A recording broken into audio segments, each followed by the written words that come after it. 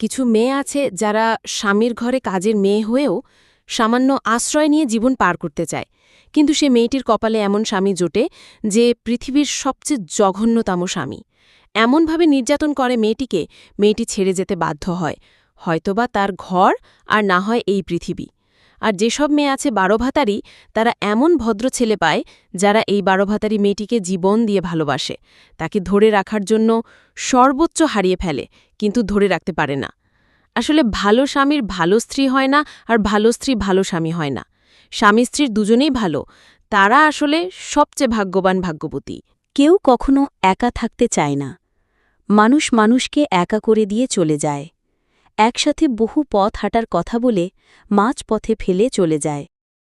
পথের দূরত্ব তো মেটানো যায়, মনের দূরত্ব মেটানো দায়।